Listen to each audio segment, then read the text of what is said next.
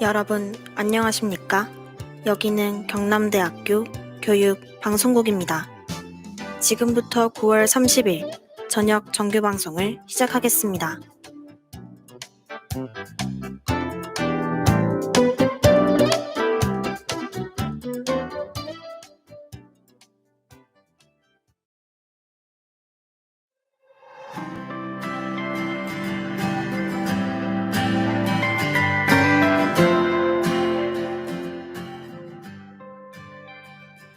별 보러 가자.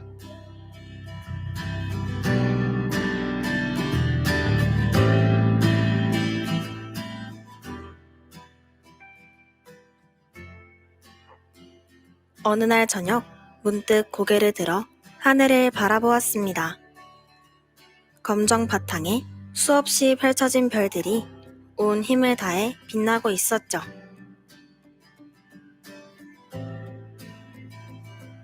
우리는 별들을 바라보며 저 별 중 너와 나의 별은 어디에 있는지 묻기도 합니다. 밤이 들이오는 지금, 우리 별 보러 가볼까요?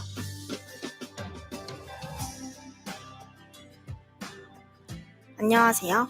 저는 여러분들의 길잡이별 남도은입니다.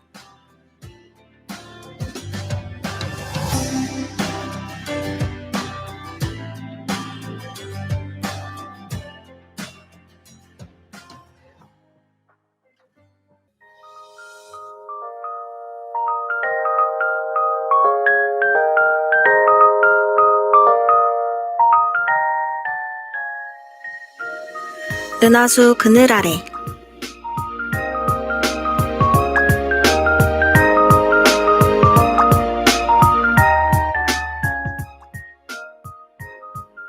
첫 번째 전망대는 별자리 운세와 얽힌 이야기를 들려드리는 은하수 그늘 아래 시간입니다.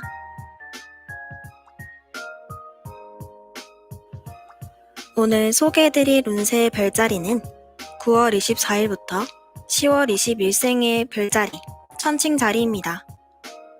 천칭자리는 금성을 수호성으로 그려지는 별자리예요. 가장 밝게 빛나는 금성이기에 천칭자리는 정의의 별자리라고도 불립니다. 그리스 신화 속 정의의 여신이 들고 있는 저울이 바로 이것이죠.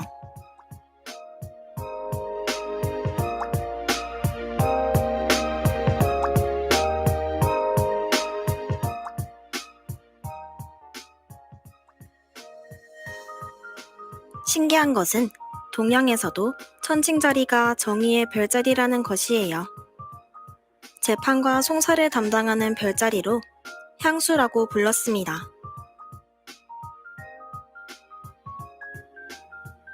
때문에 재판 전 향수가 밝게 빛나면 승소에 중저라고 여겨 반겼다고 해요.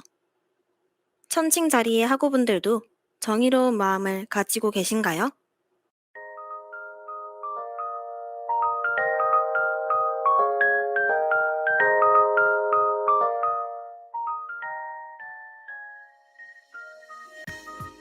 정의의 별자리, 천칭자리의 내일의 운세는 비교적 안정된 하루입니다. 모처럼 다가온 여유로움에 시간이 그냥 흘러가버릴 수도 있어요.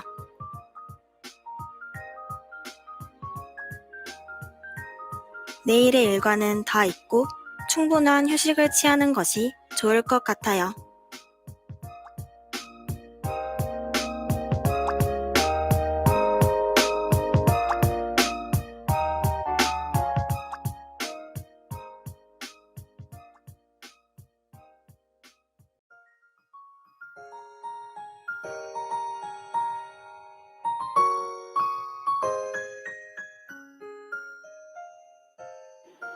별그대.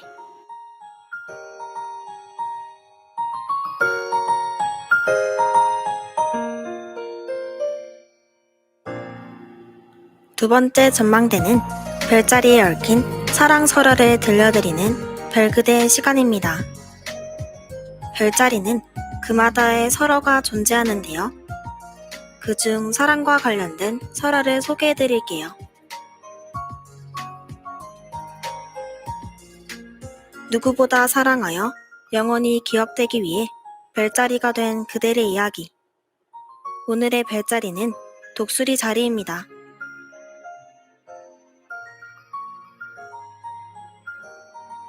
이 별자리는 제우스가 독수리로 둔갑한 모습의 별자리인데요. 트로이의 왕자인 가니메데스를 납치하기 위해 변신한 모습이죠.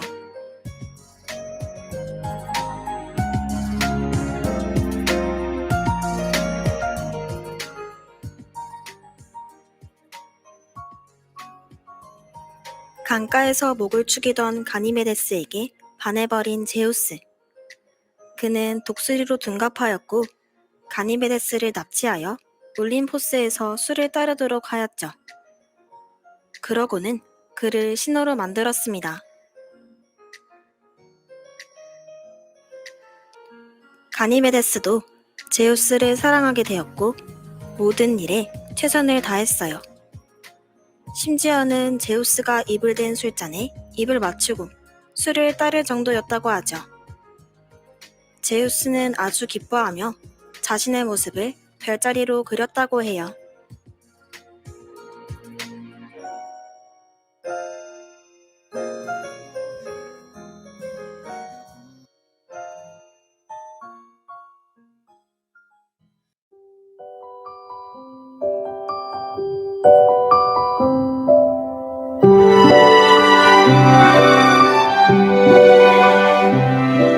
별이 빛나는 밤.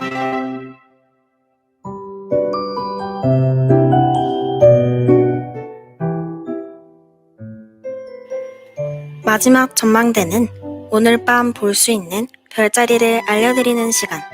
별이 빛나는 밤입니다. 오늘 볼 수 있는 별자리는 돌고래 자리입니다. 돌고래 자리는 늦여름과 가을 하늘에 떠오르는 별자리예요.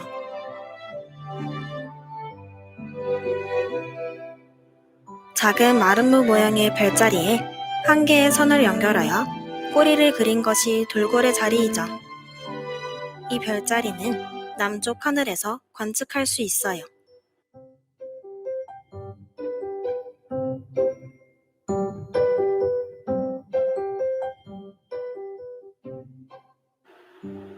돌고래 자리로부터 멀지 않은 곳에 은하수가 존재하는데요. 이 때문에 돌고래가 은하수에서 뛰어오르는 것 같은 느낌을 받을 수 있다고 합니다.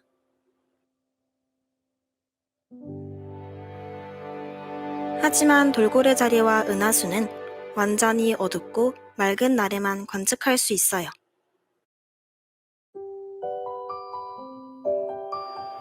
아름답고 매력적이지만 보기 어려운 돌고래 자리. 평생의 꿈과 같은 별자리 아닐까요?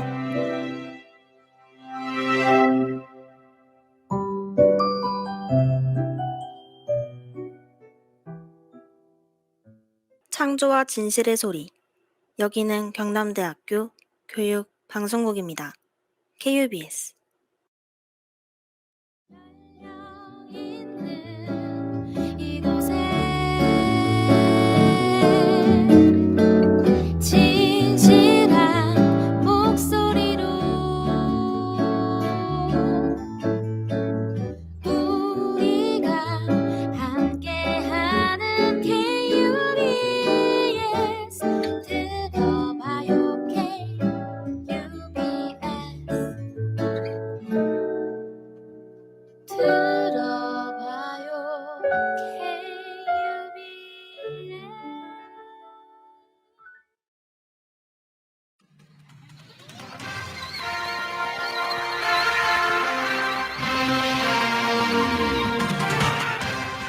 KUBS 뉴스.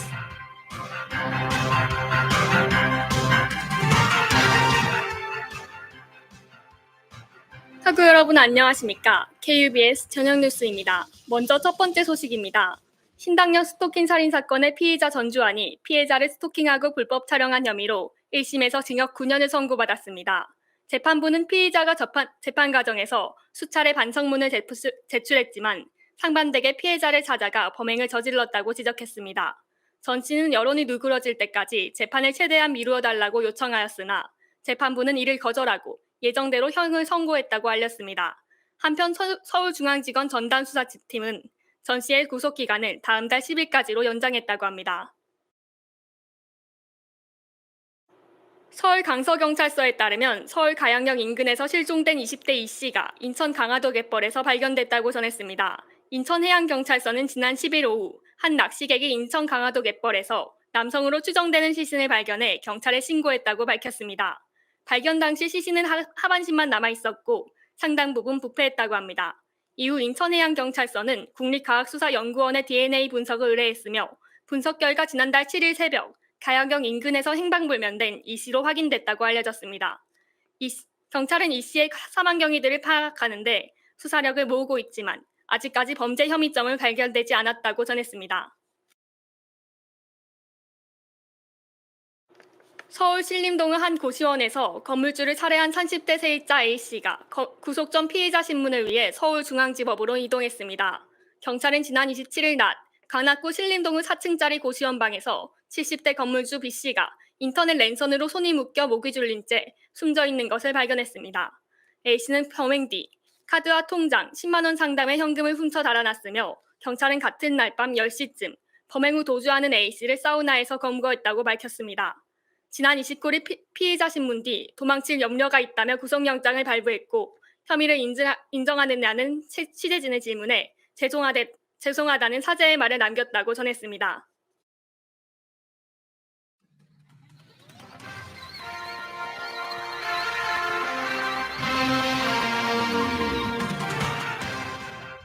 정부가 지난 29일 태스크포스 회의를 열어 보이스피싱 범죄를 막기 위한 대책을 내놓았습니다. 대포폰 개통을 제한하고 계좌번호만으로 입금할 수 있는 한도를 100만 원에서 50만 원으로 축소하겠다고 전했습니다. 보이스피싱 대책이 이번에 처음 나온 것은 아니지만 2017년 한 해 피해액이 약 2,500억 원에서 지난해 약 7,700억 원으로 증가했습니다. 이처럼 보이스피싱 수법은 피해자들을 속이기 위해 갈수록 지능화되고 교묘해지고 있습니다. 때문에 급하게 만들어낸 대책만으로는 보이스피싱을 막기에 역부족일 것이므로 범죄에 걸려들지 않도록 다양한 연령층 교육과 홍보를 강화해야 할 것입니다. 이상으로 KUBS 뉴스를 모두 마치겠습니다. 제작과 진행의 보도부였습니다.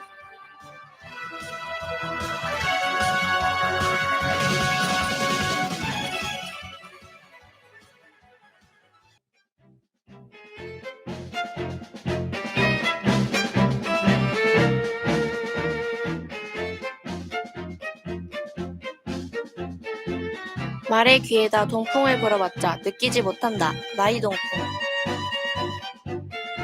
당나라의 시인 이백은 두보와 함께 중국 역사 중 가장 위대한 시인으로 꼽힙니다. 이백은 왕십이라는 문인 친구가 있었습니다. 왕십이는 이백에게 시를 보냈는데 술잔을 기울이다 생각이 나서라는 뜻을 가진 한야독작 유해라는 제목의 현 정치를 비판하는 내용이었습니다. 이에 이백이 왕십이에게 답시를 보내게 되는데 세상 사람들이 모두 글들을 무시하고 고개를 저으니 자신과 같은 시인들이 아무나 글을 지어도 마치 봄바람이 말의 귀를 스치는 것처럼 아무런 관심이 없다라고 적어냈습니다. 그리고 이 구절은 곧 마이동풍의 유래가 되었습니다. 상대방의 의견을 항상 경청하고 존중하는 태도가 필요하다는 말을, 아무리 좋은 것이 있어도 관심이 없다는 말을 말의 귀에 봄바람이 스친다는 말로 비유한 것이었죠. 이상 이번 주에 알려드린 마이동풍이었습니다.